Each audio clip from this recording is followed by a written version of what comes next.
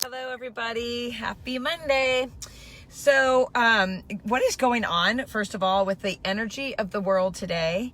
The reason I ask this question is because so many negative, not negative like, negative, I guess, somehow some people would see things as negative and how some things can appear and feel. So many things started off this morning with the people in my life that I love that is bringing on, good morning, Christy, is bringing on this kind of like a doomsday feeling. And I know everybody likes to joke about the full moon and the Mercury in retrograde and all that stuff. And, you know, I don't get all woo-woo about the moon and all that kind of stuff. But what I do know is that when this many things are happening to the people in my life that are closest to me or to me, and I'm talking about animals, you know, dying and kids getting sick repeatedly, you know, just icky things, feelings happening for everybody. One of the things that I like to do when I feel like I'm seeing a lot of it or feeling a lot of it is to get really, really present and still and try to just be with the anxiety that surrounds me for these people. Hi, Peggy. Good morning.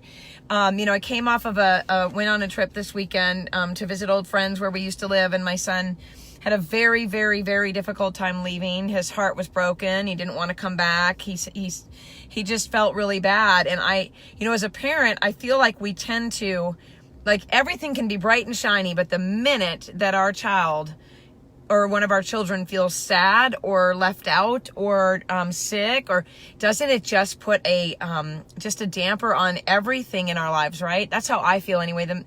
I was sad leaving my friends anyway, but the minute that I picked my son up and saw the sadness in him, oh my God, it just amplified. And then this morning, some terrible things happening to people that I love. And, you know, and so what I decided to do this morning was, instead of trying to work and push it away, or, you know, read a book or listen to some uplifting thing, I decided to get really present with the pain and the anxiety of what was happening to my body based on the things around me, because nothing's really happened to me. Like, I don't really have anything happening personally except for the people that I love in pain. And I know that health coaches go through this, you guys, because so many of us identify as empaths or highly sensitive people, and that can feel like we're a sponge for everyone else's emotions coming at us, right? So one of the things, you know, again, that I feel like so many people do is we numb out. We try to do something to take away the feelings we're having, to make us not feel so. Doomsday is the only word that I've ever been able to say, like the after Christmas blues, the end of vacation blues, the doomsday feeling. You guys know what I'm talking about, right? Well, I tend to feel that way when anyone in my life is feeling that way, that I love or care about. I have a tendency to, I used to actually really lean into their pain. And so now I have a tendency to see it, try desperately not to, whoops, sorry. I'm trying to I'm not driving, I'm parked, but, not let myself take those things on. And I remember doing this with clients too, when they would be so emotional and so overwhelmed and so frustrated.